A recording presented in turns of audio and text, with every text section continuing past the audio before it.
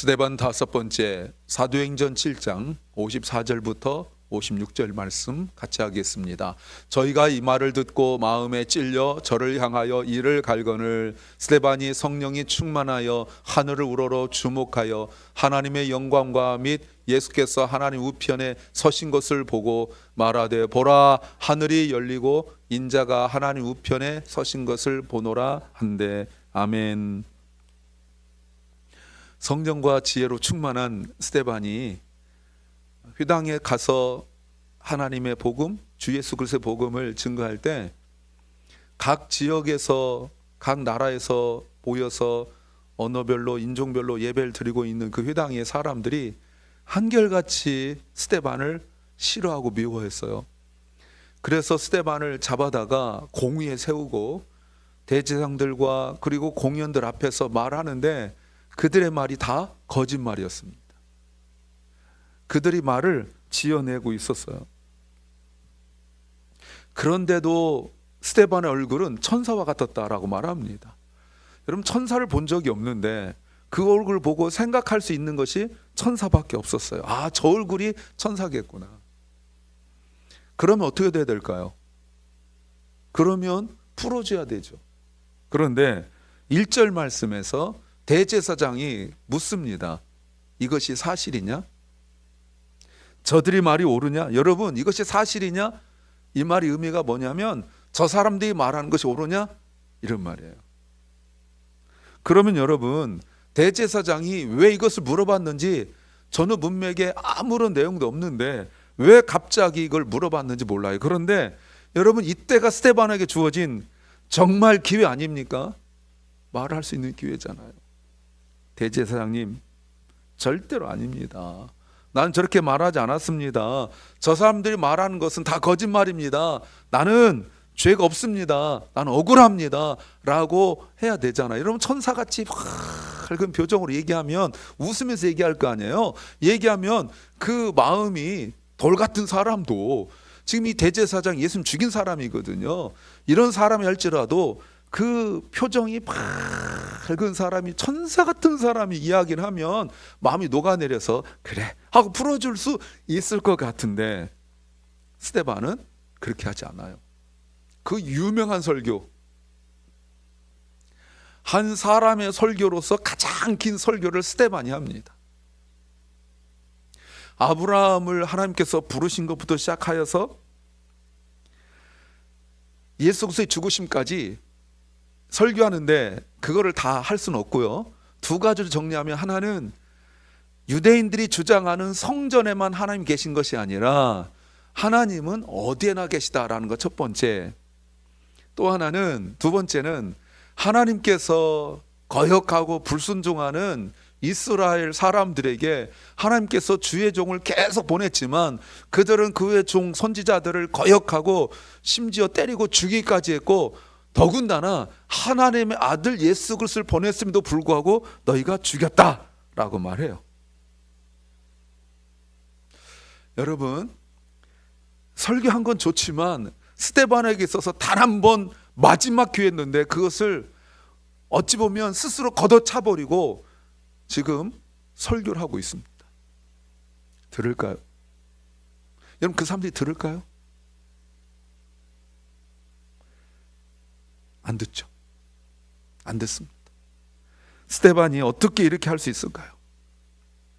오늘도 나와 있지만 지금 몇 주째 계속 보고 있죠. 스데반이 등장할 때부터 나왔던 성령과 지혜로 충만했기 때문에, 그리고 사도들에게 말씀을 잘 배웠기 때문에 그런 거예요. 여러분, 성령 충만하다는 거, 지혜 충만하다는 거, 그리고 말씀을 잘 배웠다는 것은 평상시에는 드러나지 않습니다. 뭐 어디다 써먹겠어요? 여러분, 어디다 써먹겠어요? 성령 충만하여 우리가 정말 병든 자를 고치고 뭐 죽은 자를 살리고 이럴 때 써먹을 수 있겠지만, 하나님이 그런 은혜를 안 주시면 그냥 성령 충만하면 나만 좋은 거잖아요. 여러분, 지혜 충만하면 어디서 못 푸는 수학을 착착착착 풀겠습니까? 그래서 여러분, 미분조건 지금 푼다 한들 뭐 여러분, 그게 무슨 뭐가 있겠어요? 그것도 아니지만 말이죠. 여러분, 말씀을 잘 배운다는 것도 마찬가지예요. 말씀을 잘 배운다는 것도 그걸 도대체 어디서 사용할 수 있겠냐 말이에요. 그런데 여러분, 성령 충만하고 지혜 충만하고 말씀을 잘 배우면 정말 결정적일 때 사용할 때 옵니다. 오늘 스데반 같은 경우지요. 예수님도 십자가에서 못 박혀서 그 고통스러울 때 시편 21편 1절을 암송하셨잖아요. 엘렐리 라마 사박다니 하면서. 정말 우리가 평상시에는 성령 충만, 지혜 충만, 말씀을 잘 배운 것이 세상 살아가는데 여러분 무슨 도움이 되겠어요? 여러분 아는 척하는 거 외에는 뭐 특별한 도움 없어요. 나 혼자 기쁘고 막 혼자 감격하고 이러는 거죠. 똑같이 성도들 앉아서 성경을 볼 때 막 성령 충만, 지혜 충만, 말씀 잘 배운 사람 성경 보면서 막 감동하고, 그럼 옆에 사람이 왜 저래? 이렇게는 볼 수 있겠지만 그것이 나의 삶 속에 다른 사람과 관계 속에서 여러분 부담스럽거든요. 여러분 성령 충만한 사람하고 내가 그리스도인데 성령 충만한 사람 같이 있으면 부담스러워. 내가 예수 믿는데도 부담스러워. 예전에 제 후배가, 고등학교 후배가 늦지막하게 기도 애가 대학교 시험을 계속 떨어지더니 기도 어마어마하게 하더니 은혜를 받아가지고요, 딱 보면 보이는 애가 있었어요. 딱 보면 걔가 날 찾아올 때마다 난 싫었어요. 교회 장로님한테 장로님 하고 얘가 장로님 이렇게 얘기했어요. 그러니까 장로님들이 막 걔만 보면 짜증나는 거예요. 얘가 나한테 와가지고 나를 딱 보잖아요. 그럼 나는 고개, 지은 죄가 너무 많잖아요. 딱 쳐다보죠. 심지어 제가 신학교를 갔는데조차 찾아와가지고 형 하는데 얘가 내 얼굴 딱 보는 순간 고개를 이렇게 돌렸어요. 보일까 봐. 여러분 성령 충만한 사람 있으면 귀찮아요. 번거로워요.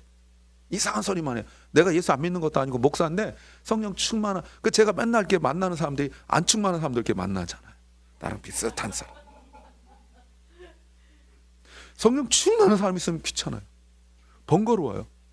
근데 써먹을 데가 없어요. 보러 여러분 대제사장 하나님을 가장 가까이 섬기는 사람입니다. 그리고 거기 있는 사람들이 공의에 흔들어요. 싫어요. 자기들 그렇게 사모한 은혜를 받고 있는 사람이 싫어요. 그러니까 거짓말해서라도 죽이려고 해요. 그런데 성령 충만하고 지혜 충만, 말씀 충만하면 정말 결정적일 때, 세상적으로 말하는 게 아니에요. 정말 결정적일 때 필요할 때가 있어요. 근데 만약에 스데반이 귀찮다고 성경을 배우지 않았다든가, 지난주 말씀드렸지만 지금 말고 나중에 배우면 어때요? 라고 질질 끌었더라면 스데반 안 죽습니다. 굳이 회당에까지 가서 복음 증가할 리 없죠. 성령 충만하니까 거기 들어가서 복음을 증가한 거 아니겠어요? 그래서 죽은 거예요.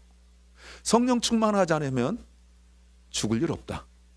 성령 충만하지 않으면 고난받을 일 없다. 우리가 요즘에 지금 마가복음 묵상하고 있잖아요. 그건 알죠?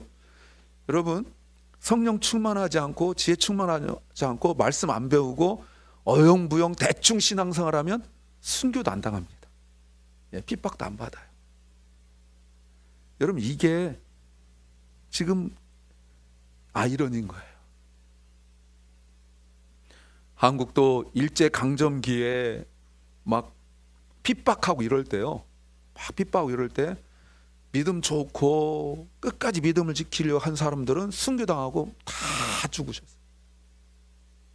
감옥 가고 이랬어요. 그런데 멀쩡하고 예배 잘, 목사를 말한 겁니다. 성도들은 뭐 말할 것도 없지만 막 교회가 점점 커지고 일제강점기에 해방했는데도 한국에서 최대 교회를 만들고 했던 사람들은 다 신사참배한 사람들이에요. 절대로 성령 충만하지 않고 지혜 충만하지 않고 아주 간사한 머리를 가지고 있어요. 그 사람들이 해방되고 난 이후에 막 그 사람들에 대하여 정죄할 때 그 사람들 뭐라고 말하는 줄 아세요? 믿음 좋은 사람들 순교당해 죽고 또 만주로 중국으로 다 떠나고 우리마저 떠났더라면 한국교회 어떻게 될 뻔했냐. 우리가 겉으로는 우상 앞에 절했지만 신사참배했지만 속은 아니다 이렇게 했던 사람들이. 스데반도 성령 충만하지 않았더라면, 말씀 그렇게 열심히 배우지 않았더라면 이렇게 어려운 상황 속에서 대제사장 이것이 사실이냐 할 때 아닙니다, 나는 절대 그렇지 않습니다 했더라면 풀려날 수 있었죠. 그런데 여기다 대고 여러분, 바울보다 설교를 더 많이 길게 기록돼 있어요. 베드로의 설교보다 더 길게 기록돼 있어요. 스데반의 설교가 말이죠. 복음의 핵심을 잘 정리한 설교죠. 여러분, 얼마나 말씀을, 성경을 잘 배웠을까요? 그런데 이것이 꼭 그것만 의미한 건 아니에요.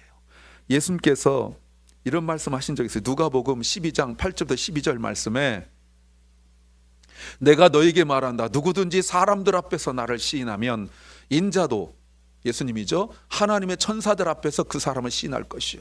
이게 뭐 둘만 있는 것은 아니고 재판을 말하고 있는 거예요. 9절, 그러나 사람들 앞에서 나를 부인하는 사람은 하나님의 천사들 앞에서 부인당할 것이다.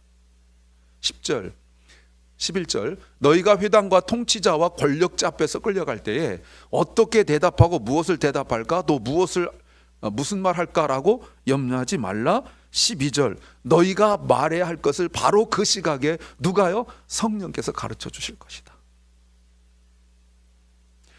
그러니까 평상시 성령 충만해야 그런 정말 위험한 상황, 정말 무서운 상황 속에 성령으로 말씀을 하는 거지, 평상시 말씀도 안 배우고 성령 충만도 안 하는데 느닷없이 거기서 성령 충만, 물론 할 수는 있겠죠.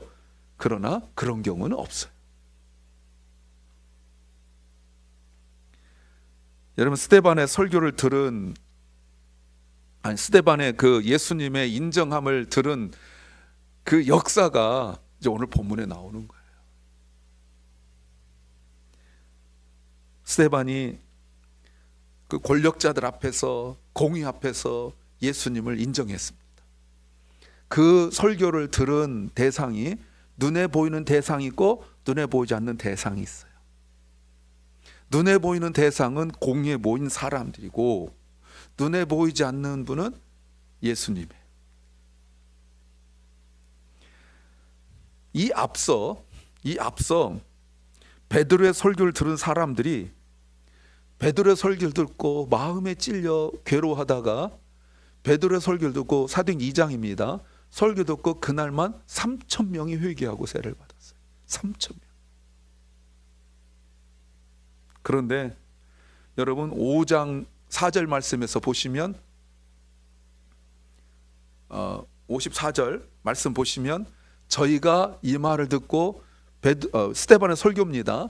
마음에 찔려 저를 향하여 이를 갈았다라고 말합니다. 스데반의 설교를 들은 사람들의 반응이에요. 마음이 찔렸대요. 그리고 이를 갈았대요. 분노의 표정이죠. 그런데 요 바로 앞에서 얼마 전에 그런 일이 있었어요. 베드로와 요한이 성전에 들어가다가 미문 밖에 아름다운 문에 앉아 있었던, 나면서부터 걷지 못하는 40여 세 되신 분을 일으켜 세웠죠. 은과 금은 내게 없지만 내게 있는 것을 내게 주노니 곧 나사렛 예수 이름으로 일어나 걸어라. 이렇게 세웠어요. 이 사람이 성전에 들어가서 걷고 뛰고 찬양했습니다. 사람들이 그것을 보고 있다가 우르르 몰려 나왔어요. 그 솔로몬 행각이라는 곳에서 베드로와 요한이 있는 걸 보고 거기서 베드로와 요한의 설교 들었습니다. 5,000명이 돌아왔어요. 그러더니 사람들이 막 몰려들기 시작합니다. 근데 성경에 보면 사람들이 교회로 몰려오기 시작하고 그때 어마어마한 역사가 일어나는데, 사도들이 병든 자를 고치고 이러는데, 심지어 베드로가 지나갈 때 그림자 덮이면 낫더라는 거예요. 어마어마한 역사가 막 일어나는 거예요. 그러니까 대제사장들과 그리고 사두개인들이 마음의 시기가 가득 찼어요. 왜요? 여러분, 몸이 건조하고 그냥 아무것도 없고 앉아도 뻑뻑 졸고 딴짓하는 그 성전에서 있고 싶겠냔 말이에요. 저기 가면 막 병든 자 낫고 사람들이 물건을 서로 네 것 내 것 없이 막 내놓고 기뻐하고 찬양하고 이런 예배를 드리고 싶었던 거죠. 그러니까 사람들이 거기 몰렸던 거예요. 그러니까 성전을 지키고 있던 대제사장들과 사두개인들이 마음의 시기가 가득했다고 성경에 나와 있어요. 그래서 화가 나가지고 사도들을 감옥에 집어넣습니다. 그냥 죽이고 싶은데 죽이지 못하고, 왜냐하면 사람들 몰려드니까 죽이지 못하고 있었어요. 그래서 재판을 걸었습니다. 앞으로 내놨어요. 그리고 다시는 너희가 그의 이름을 말하지도 마라 이렇게 말했습니다. 그런데 사도들이 베드로가 우리가 너의 말 듣는 것이 합당하냐 아니면 하나님께 순종하는 것이 마땅하냐라고 말하죠. 그런데 어떻게 할 수 없는 게 자기들이 꽁꽁 묶어놨는데 그 밤에 천사들이 와가지고 사도들을 쭉 풀어줘요. 그리고 천사가 뭐라고 말하냐면 너희를 풀어주는 이유는 가서 복음 증거라고 풀어준다 이렇게 말해요. 그러다 잡혀왔는데, 그랬더니 사도들이 아침 일찍 풀려나가지고 가서 복음을 증거합니다. 그러니까 너무 화가 나는 거예요. 대제사장들과 사두개인이. 근데 이거를 막 죽이고 싶은데 죽이지 못했어요. 5장 33절 말씀 보세요. 공의의 의원들은 이 말을 듣고 몹시 화를 내며 사도들을 죽이려고 했어요. 근데 이 사람 죽이면 사람들이 뭐 난리 날까봐 죽이지 못하고 매를 때려서 풀어줬어요. 사도들이니까. 그런데 이번엔 스데반이 걸려든 거예요. 스데반은 사도는 아니거든요. 화가 났죠. 그런데 보세요. 사람들이 이를 갈고 화를 내는데 55절 말씀에 그러나 보이시죠? 그러나 스데반이 그다음 보세요. 성령이 충만했다. 하늘을 우러러 주목하고 바라보면서 하나님의 영광을 보고 또 예수께서 하나님 우편에 서신 것을 보았다. 스데반의 설교를 눈에 보이는 사람들, 공의 사람들이 들었고 눈에 보이지 않는 분이 들었는데 예수 그리스도가 들으신 거죠. 예수님이 서서 계시다라는 표현이 왜 그랬는지 정확히 모르지만 아마 예수님께서 스데반의 그 주님을 시인하고 사람들 앞에서 인정하는 모습에 주님의 마음이 감동받으신 거예요. 그리고 56절에 이렇게 말합니다. 말하되 비홀드 보라 하늘이 열리고 인자가 하나님 우편에 서셨다. 예수님 세례 받으실 때 하늘이 열리고 다른 거라고 제가 새벽에 말씀을 드렸어요. 예수님 세례 받을 때 하늘이 열린 건 하늘이 찢어지고, 이것은 하늘이 열리고 하늘이 열렸어요. 스데반과 그리고 대제사장들과 공의원의 사람들의 차이점이 무엇입니까? 보는 것의 차이점이었어요. 보는 것의 차이점. 스데반을 죽이려고 거짓말로 공격하는 사람들과 스데반의 차이는 단 하나예요. 보는 거예요. 스데반은 자기를 향하여 미워하고 증오하는 그 사람들 얼굴 보지 않고 하늘 우러러 하나님을 바라보았어요. 주님을 바라보았어요. 하나님 영광이 보이고 그리고 예수 그리스도를 바라보았어요. 이게 상처받지 않는 이유예요. 이것이 마음의 평안을 유지할 수 있는 비결이에요. 이것은 바라본다고 보여지는 거 아니에요. 이것은 성령 충만할 때 가능한 일이에요. 이것은 말씀을 잘 배울 때 가능한 일이에요. 그렇지 않으면 사람들 얼굴 바라보고 그들의 표정을 바라보고 상처받고 힘들어하고 그렇습니다. 우리가 눈을 들어 주님 바라보지 않고 사람들의 얼굴을 살피게 되어지면 우리는 믿음을 배반하고 주님 배반할 수 있어요. 마치 장사하는 사람들이 손님이 들어오면 살 사람인가 안 살 사람인가 그 얼굴을 보고 표정의 변화를 보고 찡그리면 안 살 것 같은가 이거 보고 막 하면, 그렇듯이 사람들 얼굴만 우리가 살피고 있는 거 아닙니까? 그래서 물건 파는 사람들 물건은 팔 수 있지만 우리는 그렇게 사람들의 표정을 살펴서 마음까지 읽고 그런 사람들은 아니에요. 우리는 눈을 들어서 스데반처럼 하나님을 바라봐요. 그랬더니 하늘이 열렸어요. 주님은 하늘을 바라보는 그를 스데반을 위하여 하늘을 열었어요. 마치 엄마의 배를 열어 아이가 태어나듯 마치 마음을 열어 말씀을 들을 수 있듯 하나님은 하늘을 여셨어요.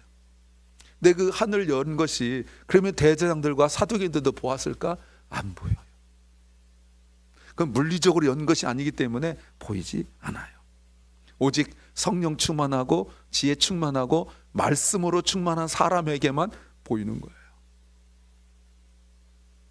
스데반은 누구도 볼 수 없었던 하나님의 영광을 보았고, 죽으시고 부활하시고 승천하셔서 하나님 보좌 우편에 계신 그리스도를 처음으로 본 사람이 바로 스데반이에요. 제자들이 붙잡혀서 매맞고 감옥에 갈 때도 천사만 보내신 주님께서 지금 스데반을 위하여 하늘을 여시고, 그리고 스데반의 눈을 여셔서 자신을 바라보게 하셨어요.